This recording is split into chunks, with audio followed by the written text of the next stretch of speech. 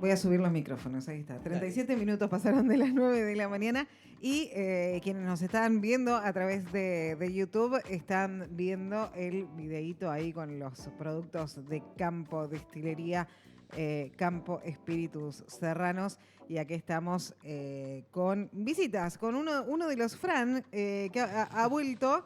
Hacía rato charlábamos recién, ¿no? Hacía rato que no nos veíamos, que no venía ninguno. Aquí está Fran en el estudio de Magma y bueno, y de Pasados de Rosca. Fran, bienvenido, ¿cómo estás? Bueno, muchas gracias, acá de vuelta. Bien, todo bien. Hacía ya hace un mes y pico que no andaba por acá, pero bueno, somos tres, como les decía recién, y nos rotamos. Y bueno, de a poquito vamos apareciendo, para no extrañar tampoco. Y lo charlábamos recién, ¿no? Tenemos 2 fechas confirmadas que los chicos van a estar desarrollando. Una es hoy, que se van a estar presentando sí, en Ayacucho, y el 7 de septiembre ya más amplio en una Expo Vinos en la localidad de Deró, y hablábamos de esto, ¿no? Ustedes después de las vacaciones de invierno ya empiezan a planificar, porque ya de alguna manera, ¿viste? Es como cuando llegás al miércoles y decís el viernes está ahí nomás. Claro. Bueno, llegamos a agosto y ya el verano está acá nomás, o el inicio de temporada, ¿no? Claro. 2 graditos más y ya se abre la botella, sí, ¿viste? Como que, sí. Es eso, sí. Y sí, se mucho, ¿viste? Lo que es por ahí en estas épocas más que nada el turismo, la gente por ahí busca tipo de bebidas más que nada como regalo, como claro. En estas épocas más de invierno. Y bueno, ya después en lo que es verano ya la gente por ahí ya no lo regala tanto y lo empieza a consumir. Claro. Y se nota mucho más. Lo compra para consumo propio. Y sí, ya está ahí, hay que darse los gustitos ya. Claro. Con los días lindos. Sí. Y sobre todo con los días lindos y con ya más luz día, más tiempo. Sí, ¿no? eso también. Y eso sí, te dan. Porque hoy hablábamos con Marcos cuando llegamos. Eso de ponerte a cocinar a las 8 de la noche, y vos decís, en pleno invierno a las 8 ya está de noche. Claro. Pero ahora cuando se empiezan a alargar los días, claro, vos decís, no me voy a poner a cenar a las 8. No, pero una picadita con un vermú, con un gin. Un gin, a esta hora viene bien. Y ahí entran ustedes. Claro. Y ahí estamos nosotros esperando. ¿Qué van ¿A qué llevan, por ejemplo, estos 2 lugares, a Ayacucho y a Deró? ¿Qué van Bien, no, la idea un poco de ambos lugares, nosotros ahora con el tema de que habíamos sacado un gin nuevo, bueno, estaba Press, el London Dry, un poco también estamos apuntando el verano a poder empezar a mostrarlo, y también un poco la idea, que es lo que siempre nosotros quisimos con la destilería, que es nuestro objetivo en realidad, que de a poco se va descubriendo al público, es que nosotros elaboramos bebidas, obviamente nos conoce todo por el gin, porque fue la primera bebida, era como estratégico también sacarlo en esa época en la que estábamos, venía el boom del gin, teníamos que arrancar por ahí, sí. Y la idea ahora un poco que se está descubriendo, la idea de que hacemos bebidas, nos gusta hacer bebidas de distinta índole, y la idea ahora con estos 2 eventos es empezar a salir justamente como productores de bebidas. En ambos eventos se van a llevar tanto como el vermú, como los gines. También lo que tiene bueno haber sacado un gin nuevo es que hoy en día también podemos darle un poquito más de cultura en cuanto a lo que es el gin, tipo estilos de gin, qué es un London Dry, qué es un Dry Gin, qué es un Old Tom. Entonces también los podemos comparar. Bueno, lo tomamos, los comparamos, mucho más que nada para la parte de las catas, eso. En el caso de Ayacucho es más que nada una presentación. Es un pueblo chiquito, yo soy de allá en realidad, pero es un pueblo chico en la cual, como Deró también, dentro de todo son pueblos que para nosotros es muy importante ir, poner un pie y decir, bueno, nosotros hacemos esto, conocernos, y cuando se hace un eventito, por lo general se gira mucho la voz y no suceden esas cosas por ahí en esos pueblos tan seguido. Entonces, para nosotros y tanto para la misma gente de ahí del pueblo, está bueno, es muy importante, y que nosotros podamos ir con todos los productos también. Ambos son a modo de degustación. En el caso de Ayacucho también contempla un menú que acompaña. El menú obviamente está pensado para cada una de las bebidas. Hablamos del vermú, vamos con este maridaje, hablamos con el gin, vamos con aquel maridaje. Un poco también para darle a entender al público la mejor forma o un consejo lo más guiado posible para decir, bueno, si vos vas a tomar tu gincito, yo te recomiendo comer esto, te recomiendo por acá. Claro, acompañarlo con... Acá vas a poder disfrutarlo de esta manera. Claro, sí, la idea un poco de este evento es mutar un poco lo que hacemos nosotros con la gastronomía del restaurante, con lo que ellos ofrecen también. Hay una alianza en equipo ahí de parte de ellos con nosotros, que es sentarse y decir, yo tengo para hacer estos tragos, que creo que serían los mejores tragos como para poder interpretar de mejor forma lo que yo hago como productor de bebidas, que se pueda manifestar bien el vermú en un vermú con soda, en un gin tonic que se pueda poner el gin, toda la receta hecha con el botánico, todo, ya está todo medio planificado. Y a partir de ahí, darle alguna idea base de por dónde encarar el tema de la comida, ¿viste? Entonces, bueno, es un poco ahí fusionar esas dos cosas, tanto para ellos como restaurante, como para nosotros como productores. En el caso de Dro, hemos una expo vino, la idea también es la degustación al paso, contar cada uno de los productos, nosotros hacemos esto, siempre tratamos de probar los productos solos, el gin solo, el vermouth solo, y creo que también va a haber para hacer tragos, así que nos van a dar esa posibilidad. Pero bueno, ya eso más también mostrar al público, más exposición, pero como le digo, la verdad que estar en los pueblos que por ahí apuestan a ese tipo de eventos, que está buenísimo, que movilizan mucho a la gente del lugar, está bueno estar ahí, bueno, son como pequeños pasitos antes de que arranque la temporada también, estratégico. Está buenísimo. Ahí te trajiste un machete, ¿qué nos vas a contar? Nah, y me pasa que justo hablando con los chicos dijimos, bueno, que venimos los tres una vez cada 15 días y dijimos, bueno, dejémonos de presentar, tenemos que traer algún poquito de información, algo más entretenido también, que son cosas que nosotros como productores decimos, bueno, ¿qué vamos a hacer? Vamos a hacer este producto. Nos pasó con la hidromiel. Bueno, ¿qué es una hidromiel? Ponele, decíamos en su momento. Y busquemos. Y había países o lugares del mundo en el que ya hasta hay estilos, está muy trabajado, que acá no llega.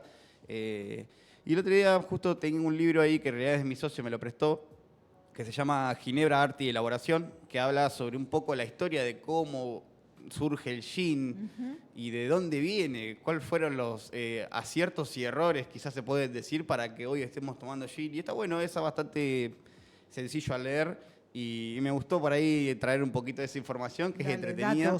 Y bueno, nada, está bueno. Habla un poco del hecho, bueno, de cómo comienza el gin, cuál es la idea. Cuando yo hablo de gin, que eso también creo que lo dije ya el primer día que vine, es una bebida que está hecha a base de enebro y alcoholes, ¿sí? Acá la parte fundamental, los dos ingredientes, el alcohol y el enebro, es que yo el alcohol puedo tener un alcohol de grano, o puedo tener un alcohol de uva, o puedo tener un alcohol de maíz, que también es grano, pero bueno, puede diferenciar. Lo que no puede cambiar es el enebro, ¿sí? Justamente el enebro es la base del gin. Justamente la palabra ginebra viene de la palabra enebro, genever, enebro. Entonces es la parte fundamental. Lo que le da el aroma, el perfil, tiene que tener. Es más, en el código alimentario dice que tiene que tener predominancia de enebro para que sea gin. No te dice tantos gramos por litro, te dice, pero es muy subjetivo, pero tiene que tener olor a enebro. A pino, se podría decir como la referencia aromática. Es una planta, entonces, para hablar un poco del gin, tenemos que ubicarnos en el enebro como parte fundamental.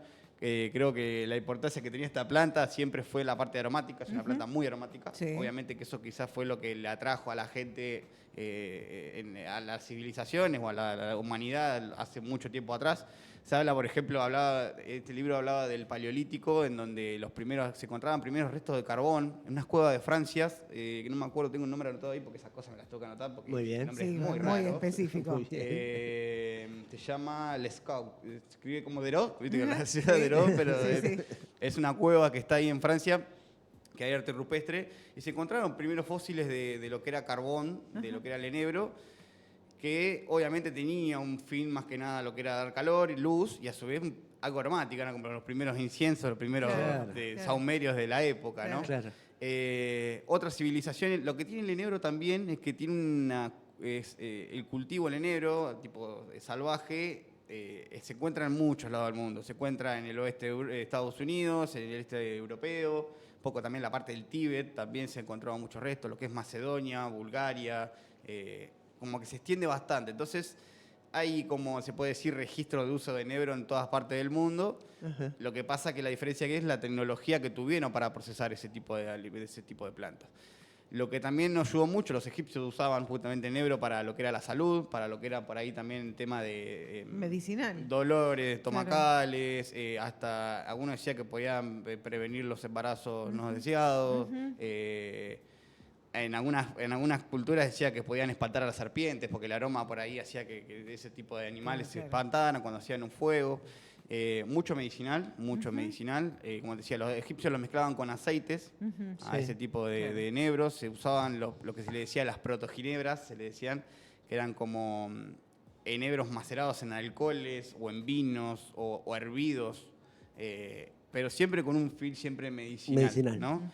Lo que pasó, que un poco está el quiebre de que se fue toda la miércoles, y decir, bueno, ¿por qué en un momento pasó a ser una bebida? Y la gente lo buscaba como un disfrute, por así decirlo. Fue cuando una de las mayores que fuera de pandemias que hubo en la historia. Tengo la fechita por acá también, porque eso no me lo iba a acordar tampoco. No, de la fecha de las pandemias no las queremos recordar. No, por eso, sí, estamos hablando, sí, ahí decía el siglo XIV, obviamente antes también se usaban ya en lo que era medicinal, como te digo, muchas civilizaciones lo usaban. Claro. Lo que pasó en esta pandemia grande fue que justo en esa época, también unos siglos antes, los monjes, cuando llegó el proceso de destilación, ahí fue el quiebre también. Cuando empezó a haber métodos de destilación, decía, bueno, aparte de macerar en enero, ¿qué tal si lo destilamos? Claro. Sí. Los primeros que un poco metieron esa fueron en Europa, fue cuando llegó la destilación por primera vez, fueron monjes. Los monjes mira. sí, destilaban. Viste el chupe que te- Viste que los monjes siempre se daban por el tema de las bebidas, todo lo que Sí. es cura, sí. Sí. Se daba esto, ¿no? Que ellos empezaron a destilaban vino, que era como el alcohol que se usaba en esa época, Claro. vino, mucho en Sí. Europa se usaba eso, el alcohol de uva, y destilaban en el negro con el vino, ¿viste? Y ellos hicieron lo que le pusieron un nombre llamado aqua vitae, que era como Ajá. el agua de vida. Sí, dale. Dale. Claro, La y ellos, disfrazaron. la connotación que tuvo más acá, que era más medicinal, era como más espiritual la cosa. Claro. Ya tenía un toque más de espiritual que también quizás en esa época servía como vos decís, toma esto que a su vez que te saque todos estos dolores, también Claro. te va a ayudar a, no sé, a tener mejor... A relajarte. Sí, no sé, sí. Sí. Vos tomás. Vos Vos tomás, Vos vos tomás. Y bueno, obviamente este tipo de agua de vida tuvo su boom cuando llegaron las pandemias. Bueno, agua de vida, esto era para la pandemia. Vamos Para a usar esto. combatir los Combatir. bichos. El problema es que, Claro. bueno, combatían una cosa, pero se dieron cuenta que la gente empezaba a verle ese gustito a placer a Claro. ese tipo de bebidas y tiene alcohol, Claro. lo cual de salir de una pandemia entraron en otra, en el Claro. hecho de una época donde había una decadencia total de Sí. gente borracha, niños Claro. también, adultos, Ah. todo. Que no se discriminaba. El libro, es que sí, el libro muestra muchas dibujos de la Claro. época de artistas en donde mostraban eso de la pandemia también del alcohol. Claro. Que bueno, obviamente para el gobierno o para los que dirigían por ahí en esa época, un poco la sociedad era un problema. Claro. Y bueno, un poco ahí nació la idea de esto también nos sirve un poco para el placer. Obviamente hubo regulaciones, controles, como toda regulación y control, cuando uno quiere, como la ley seca, quiere regular, obviamente también está lo ilegal, Claro. uno Sí. busca Claro. por otro lado tener mejor acceso, Sí. Sí. y empezaron a ver lo que serían como las aguas de vida un poquito más truchas. Claro. ¿Viste? Claro. ¿Qué significa eso? Que necesitábamos algo más barato. En Claro. esa época lo que pasaba que el alcohol de uva era muy caro porque dependía mucho del clima. Cuando Claro. la uva por ahí veníamos fuertes heladas, hubo una era que se llamó la era del hielo en esa época, que hubo aparte sequía, mucha helada, mucho frío, Claro. lo cual no hubo un muy buen cultivo de lo que era uva y empezaron a meter alcohol de grano. Claro. ¿Viste? Dijimos, bueno, vamos a buscar alcohol por otro lado y ahí donde eran como las aguas de vida trucha y era mucho más barato, de más fácil acceso. Claro. Y bueno, se empieza un poco a mutar para lo que es hoy en día la ginebra y el gin, ¿sí, no? Como como un alcohol de grano más que de uva. Más que Claro. nada por tema de precio y demás. Claro. Entonces, bueno, de ahí un poco sale la idea con este poder simbólico.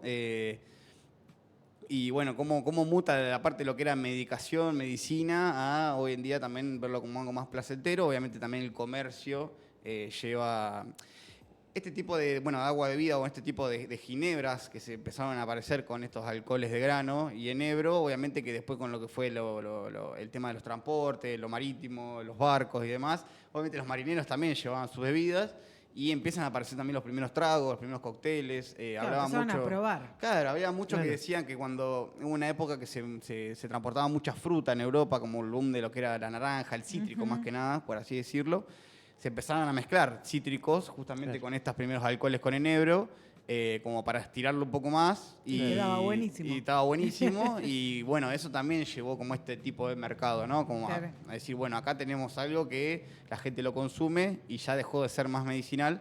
Que bueno, obviamente también se dice que el gin, como también el agua tónica, ayudaba para la malaria. Claro. En la época de la malaria, por eso a los soldados se les daba gin tonic, supuestamente, cuando iban a África. Y bueno, nada, era como una especie para combatir ciertas enfermedades que, bueno, los mantenía ahí. También Claro. capaz que le daba un poquito más los abría un poco y bueno, Claro, sí. le daba más coraje también, ¿no? Claro, lo Por así desinhibía. decirlo. Sí. Lo desinhibía también por Claro. ese lado.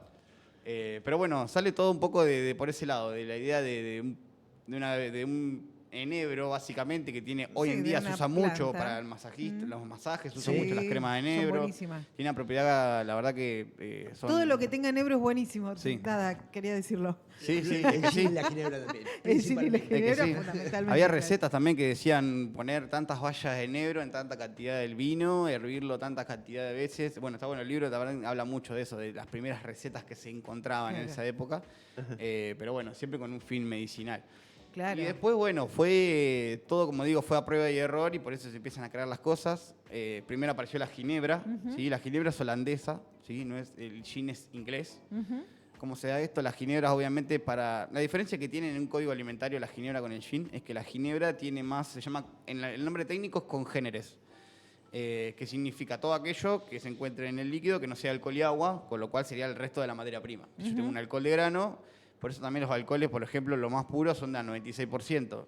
¿Por qué Sí. no al 100%? Porque justamente ese 4% que sobra es todo el dejo a materia prima que tiene que estar. Claro. Hay alcoholes al 100%, pero son desnaturalizados y no son aptos para consumo humano. Se le Claro. ponen a un químico para llevarlo a 100, Claro. pero no se consume. Sí. Claro. Hasta 96 grados se puede, que es consumo humano, potable. Ese 4% justamente son esos congéneres, esos aromas a grano, que el whisky, por ejemplo, los tiene que tener. Yo quiero que el whisky tenga gusto a grano. Además, no es Claro. lo mismo whisky de maíz, que es más bourbon, o whisky de grano para ir de Escocia, que usan por ahí trigo, cebada. En el caso de la ginebra sí tiene que tener ese gustito a grano, en el caso del gin no. ¿Qué pasó con eso? También los ingleses, cuando pudieron desarrollar en lo que era la segunda revolución industrial, se podría decir, bueno, o en la primera, ya te diría también, trajeron artefactos mucho más sofisticados para la destilación, lo cual pudieron generar un alcohol mucho más claro, mucho más neutro, y llevaron esta idea de la ginebra a un nivel más sofisticado, digamos, un nivel un poquito más fino, en la cual por ahí tiene más impronta el enebro y no tanto la impronta al gin, al alcohol, ¿sí? En el caso de la ginebra, una ginebrita Bols, que son las más conocidas, la llave, Claro. vos la probás y va a tener gusto a grano. Vos decís, esto va a ser un gin berreta, pero no, es una ginebra que tiene que tener gusto a grano. A grandes rasgos es como si fuera un whisky con enebro, Claro. y en el caso del gin es un vodka con enebro. Claro. Esa es la diferencia que tiene por ahí el gin con la ginebra, que bueno, eso obviamente es una idea sacada de los ingleses, llevada y con su tecnología lo pudieron mejorar. Un poco también sale de ahí, bueno, el agua tónica viene también un poco la historia por ahí, es un brebaje hindú que los ingleses fueron, trajeron ese brebaje que era una especie de corteza de quina, acacia, amargo, también mucho para temas de estomacales, era más que nada para temas medicinales. Se juntaron los que hoy, bueno, los apellidos más conocidos en esa época, que eran Schweppes, que era el que inventó el agua con gas, y William Cuniston fue el que fue a buscar a India esta idea del brebaje, y se juntaron y hicieron el agua tónica. Indian Ahora, Tonic Cunnington. Claro, Qué va por bueno. ahí. La Indian Tonic lo que tiene es que no tiene ácido cítrico, por lo general tiene más predominancia a lo amargo y al brebaje, por eso es Indian Tonic. Y las tónicas clásicas como Schweppes o Paso de los Toros son tónicas que llevan ácido cítrico, tienen algunos componentes aromáticos agregados para darle ese perfil limonado. Claro. Ya es como más completo en otro lado, Claro. ¿viste?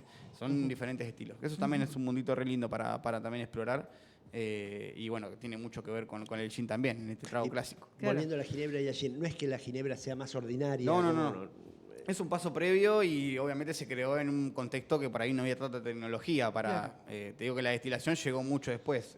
Bueno, acá dice en el siglo XIV, tenía entendido. Y imagínate que 15, 16 siglos antes ya estaban usando el agua de esta agua de enebro. Claro. Sí. Lo que va la destilación vino un poco a dar el paso fuerte en los procesos de destilación o los primeros alambiques a generar esta bebida que era ginebra. Se le puso Claro. ginebra un poco a partir de eso, a un método de extracción diferente a lo que venían trayendo. Todo era maceración, todo era hervir en agua, en vino. Claro. Esto ya- lo industrializó un poco más, digamos, Claro, el sí, bueno, tema de la destilería. tenemos este método de extracción que se llama destilación y pudieron conseguir algo un poco más, algo diferente. Claro, y que perfeccionar. perfeccionarlo, sí. De ahí un poco también sale esto de la ginebra. Y bueno, como le digo, todo se fue desarrollando. Bueno, también hay muchos estilos de gin. Por ejemplo, cuando yo hoy le decía el tema de los estilos, hay un estilo que se llama Old Tom, que era uno de los que yo le dije que dentro de los estilos es el estilo que tiene más cantidad de azúcar, porque se guía por cantidad de azúcar el tema de los estilos. El London Dry Gin no lleva azúcar, por eso el London Dry es bien inglés, es bien seco, por lo general es un jean que es lo que sacamos nosotros ahora último. Es más clásico, más directo, no tiene tanto perfil aromático, no es tan intenso en aroma. Sí, mucho perfil al enebro, que es la base. Y sí, obviamente tiene algún otro componente aromático, leve, sutil, solamente para acompañar. Un poquito de cítrico, un poquito de especiado, pero es acompañamiento. En nuestro primer gin, que es lacónico, sí es un estilo dry gin, porque ya es un gin aromático, no es característica principal de los London Dry ser aromático, entonces automáticamente, por más que no tenga azúcar, Claro. pasa a ser un estilo de Claro. dry gin. ¿Sí?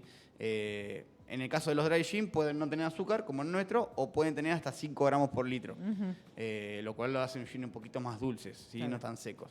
Y en el caso del Old Tom, sí es un gin que lleva entre 6 a 16 o 15, 16 gramos por litro, son gines dulces, y también sale un poco de la prueba de error, porque este estilo sale en lo que es la ley seca. ¿Sí? Sí. La ley seca cuando, obviamente, bueno, todo se hacían alcoholes, como en el capítulo de Los Simpsons, ¿viste? Sí, En el sótano en con el unas sótano, bañeras. sí, sí. Obviamente la higiene y la calidad de esos productos no era de la mejor, pero la Claro. gente necesitaba o quería o había una demanda de alcohol. Y de Sí, querer- había una prohibición y Sí, eso había una ya prohibición, ya generaba eso- la necesidad de abastecer de Ahí alguna está. manera. Entonces, bueno, imagínense que esos alcoholes por ahí no eran...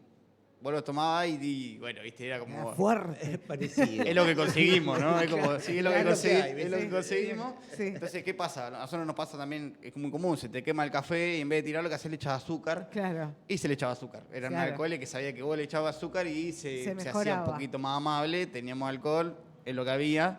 Y un poco ahí sale la idea del Old Tom, que obviamente después también se mete en el comercio, en el marketing o en la idea que se comercializa como un gin por ahí para la mujer, porque había que encontrarle a algún lado para Claro, venderlo. Claro. Claro. Y a nosotras Eh, siempre nos ofrecen todo suave. Sí. Más No dulce. sé por qué. Es que sí, el mismo mercado llevó a eso y bueno, hoy en día se mantiene ese tipo de estilo. Por ahí no es lo que más se consume, sí, en Argentina se hacen.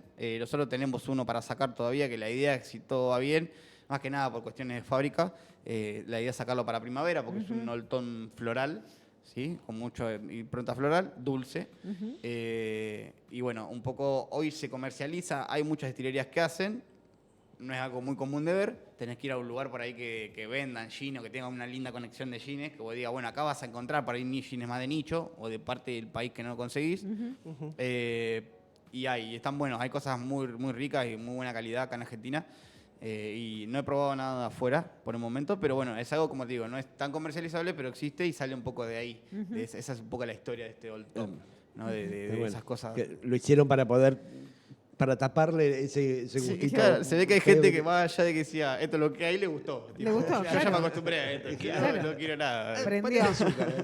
Sea la razón por la que Este nos fuere. identifica ahora Claro. y me va a seguir identificando y bueno, un poco... Sí, Fran, ¿y qué interviene o es determinante el lugar donde se cosecha el enebro, de donde proviene? Eso es. Sí, se nota mucho la ¿Se nota diferencia. mucho? Sí, bueno, estos primeros indicios, los primeros indicios fuertes de civilizaciones fuertes, bueno, como les decía, lo que fue Europa del Este, bueno, Macedonia y Bulgaria son hoy uno de los son dos zonas que son casi pioneras en lo que es elaboración de enebro, plantación de enebro.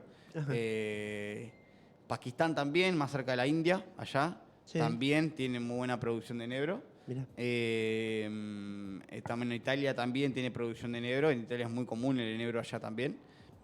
Bueno, en Europa, en Estados Unidos todavía de lo que son productores nosotros no tenemos buenas referencias. No es que haya, mucho más el lúpulo hoy en día también con el boom de la cerveza. Claro. Pero el enebro sí, Macedonia, Pakistán. Hoy en Argentina se está produciendo muy buen enebro y también ¿Ah, tiene sí? condiciones. Argentina lo que pasa es que tiene todas las condiciones climáticas. Sí. De Claro. norte a sur, No, es muy bueno. grande el país.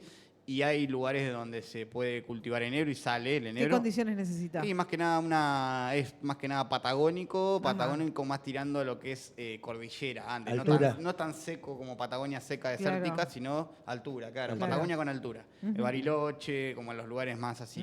Que hay humedad, no es tan seco, hay vegetación. En ese tipo de lugares por ahí predomina mucho más. Hoy en día, si hablamos nosotros, por ejemplo, para los gines para London Dry usamos Nacional, que es muy parecido al que nosotros compramos para el Lacónico. El Lacónico usa de Bulgaria. En su momento hemos probado todos. Pakistán tiene un enebro un poco más seco, ¿sí? Las bayas son un poco más grandes, casi que diría como si fuera una bolilla, un poquito más chiquito que la bolilla, no tan grande, pero la mitad te podría decir. Ya Bulgaria tiene una vallita más chiquita, pero más carnosa, más jugosa, vos la veréis más fresca. Claro. También depende de eso, a tener en cuenta que vienen de muy lejos y también tienen un transporte y hay muchas cosas. Pero bueno, son diferentes. Por ahí lo de Pakistán tenés más perfiles más allá que todo comparten el mismo componente aromático, que es el pineno, es el terpeno que más prevalece en ese botánico, no es el único, como todo. Sí. Después hay algunos que tienen más limonenos, que son más alimonados, más frutados. Por ejemplo, Bulgaria tiene un enebro más frutado, se nota mucho la diferencia. Claro, por pero ahí. eso depende de la región y el lugar de donde mucho se el clima, donde es como el crezca, vino. digamos. Claro. Mucho depende del terroir, como se le dice ahora. Por ahí Pakistán tiene algo más seco, más eucalipto, más mentol, más predominancia. Como digo, no quita que el de Bulgaria lo tenga, sí, pero en menos proporción. Lo que más manifiesta por ahí la parte más frutada, por ahí sí más geraniol, más que nada el geraniol es un componente aromático terpeno más que nada de las flores, de los jazmines, de las rosas. Va más por ahí, más frutado, más floral. La parte de India es más que nada especiada, ¿sí? Muy especiada, muy eucalipto, pino. Macedonia comparte mucho, ahí están más cerquita de Bulgaria, comparte un poco también los mismos perfiles, pero bueno, solo en la calidad y en la constancia de tener un enebro que dentro de todo, más allá de que estemos fuera de época, mantenga la misma estandarización. Bulgaria tiene como mucho más, se nota mucho más la complejidad de sus productos. En el argentino, tratado, ¿qué predomina? En Argentina acá el enebro es muy parecido al de ese de Bulgaria. Lo que tiene es que no, obviamente ellos tienen años de experiencia. Claro. Lo que tiene acá es que es una valla que no es tan compleja, ¿sí? Vos, es más, tenés 2 vallas, te las llevas a la boca, la podés masticar y te das cuenta que el de Argentina es como más volátil el sabor. Es como sí, tiene su aroma, su complejidad, su presencia, pero no prevalece, ahí. claro. Sí, hasta ahí, no tiene mucho más. Se le puede decir que es menos complejo, pero sí, o sea, tiene como una impronta aromática frutada, un poco floral, pero es muy volátil, digamos, ¿no? Sí. No dura mucho más, no prevalece tanto y no tiene tanta intensidad. Si vos probás el de Bulgaria, sí, vos vas en boca, lo masticás. Tampoco es para masticar un enebro porque es bastante intenso. Sí, es fuerte. Es fuerte, pero nosotros a veces lo probamos y posta que el de Bulgaria vos lo podés probar, lo masticás y perdura y además es amable. Vos decís, bueno, che, esto puede ser fuerte, es amable. Eso yo creo que también tiene que ver con la evolución también de la cepa, experiencia en cultivo. Pero Argentina recién está arrancando. Recién está arrancando y la verdad que lo que me gusta mucho de esto, que bueno, obviamente pasó con el lúpulo. El lúpulo argentino por ahí en la cerveza no fue muy bueno, pero no por el hecho de que cultivo la tierra, sino por el tratamiento que había después. ¿Sí? El tratamiento que había después en Estados Unidos, que son como en Alemania también, son medio los primeros en lo que es el tratamiento del lúpulo. Tenían la tecnología suficiente para extraer el lúpulo y en el mismo día hacerle un pellet y procesarlo y no pierda composición aromática. Porque yo a la flor la saco y la dejo 2 días, se oxida, pierde todo el aroma. Entonces esa tecnología nosotros no la teníamos. Hoy en día sí se está invirtiendo mucho en eso. En lo que es más que nada el lúpulo. Sí, por eso. Y experiencia, estudio. Y además te das cuenta que los grandes influencers de los lúpulos y de la cerveza hoy en día le están dando mucha impronta a eso porque se nota que está entrando en tecnología para poder mejorar esos procesos. Y con el enebro pasa lo mismo. Conocimos productores de acá en un congreso de destiladores que, bueno, vinieron 3, 4 productores de la Patagonia. Y la verdad que está muy bueno, son muy prolijos también cómo lo laburan, le dan mucha impronta. Son productores que por ahí te dicen, yo te toqueo para todo el año y no te lo voy a dar todo, te lo puedo dar en tanda si querés. Tipo, yo te lo conservo, yo te lo cuido, si vos no tenés dónde cuidarlo, yo te lo puedo mantenerlo, vos me vas pidiendo. Se preocupa por el producto. Eso cuando la lo trazabilidad. Escuché, claro, cuando lo escuché lo vi y dije, está bueno, porque yo por ahí lo puedo traer acá, pero no tengo las mejores condiciones, hay mucha humedad, hay diferencia por ahí allá. Entonces como que le dan importancia a lo que es el cultivo, el cosechado y el después también, ¿no? De mantener la materia prima, que para nosotros es fundamental. Nosotros imagínate que al principio empezábamos y te llegaba una bolsa de enebro todo seco y después te llegaba otro que estaba todo un poquito más madurito, y eso te más modifica verde. El producto final, no podés dar... Una valla era más grande y la otra más chiquita. Está bien, un poco también creo que hace lo artesanal. Porque el hecho pero la idea es estandarizar el producto. Claro, es que obviamente nosotros también decimos, es imposible que también un lote salga igual a otro. Nosotros que estamos ahí, obviamente nos damos cuenta. Por ahí son cosas ínfimas, detalles ínfimos. De entender de que me doy cuenta cuando le pusiste el argentino, cuando le pusiste el enebro aquel. Te das cuenta un poco, pero es fino el tema. Pero bueno, también es eso, lo hace el artesanal. A veces no contamos con determinada botánico que tener en cuenta eso. Al tener muchas especias y cada especia tiene país que lo puede producir, Claro. por ejemplo, solo con lacónico la mayoría es todo importado. Entonces, por ahí lo que tenemos que tenemos una pimienta que viene de Brasil, son muy buenos productores de pimienta, que está muy buena la calidad de pimienta. Además, el otro día nos reíamos porque habíamos conseguido un orégano que venía de Italia.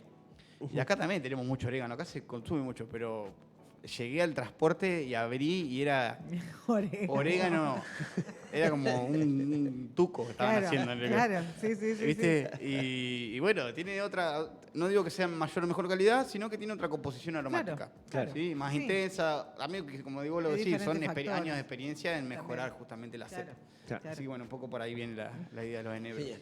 Muy bien, bueno, Fran, entonces hoy en Ayacucho. Hoy en Ayacucho, ahora la tardecita estamos saliendo para allá. Exacto. Y en septiembre, el 7 de septiembre, en la Expo Vinos de Dero. Sí, y lo que también un poco que no tenemos fecha, pero me gustaría también un poco decirlo, es que estamos proyectando algunas degustaciones o algunas catas, algunos encuentros que sean más que nada abiertos al público Y para acá. la ciudad de Tandil. Y nos encanta, ¿eh? Genial. Porque hay mucho afuera, pero poco en Tandil. Claro, Y Ayacucho. están en desarrollo, lo que pasa es que todavía no podemos poner fecha, por eso tampoco se las pasé. Bueno. Pero la idea está porque queremos empezar a hacer algo más. Nosotros acá en Tandil trabajamos mucho con catas, pero más que nada para hotelería. Claro. Sí. Para que sea en turismo, eso siempre se hace todos los meses. Por suerte los hoteles también nos dan ese espacio para trabajar. Sí. Y queremos traer también algo para el público de acá de Tandil que tiene ganas de probar los productos de acá. Y bueno, Claro que nada. sí, Dale. no nos descuiden. No, No descuidemos que nos hacen valer los productos acá en todo el mundo. Ah, bueno, cuando tengan la fecha, obviamente Sí, sí. ya van a estar Pasaremos la información. viniendo a contarnos. Fran Tiberio de Campo Sabores Serrano, esto que nos encanta. Que tiene que ver con la ciudad, tiene que ver con gente joven, emprendedora, con ganas de apostar a la ciudad, en este caso a la producción en la ciudad. Gracias, Fran. No, y gracias a Gracias, ustedes por estos espacios. Vamos a seguir viendo, pero vamos a seguir agradeciendo. Claro. Es hermoso estar acá. Ahí estaba entonces Fran de Campo Destilería.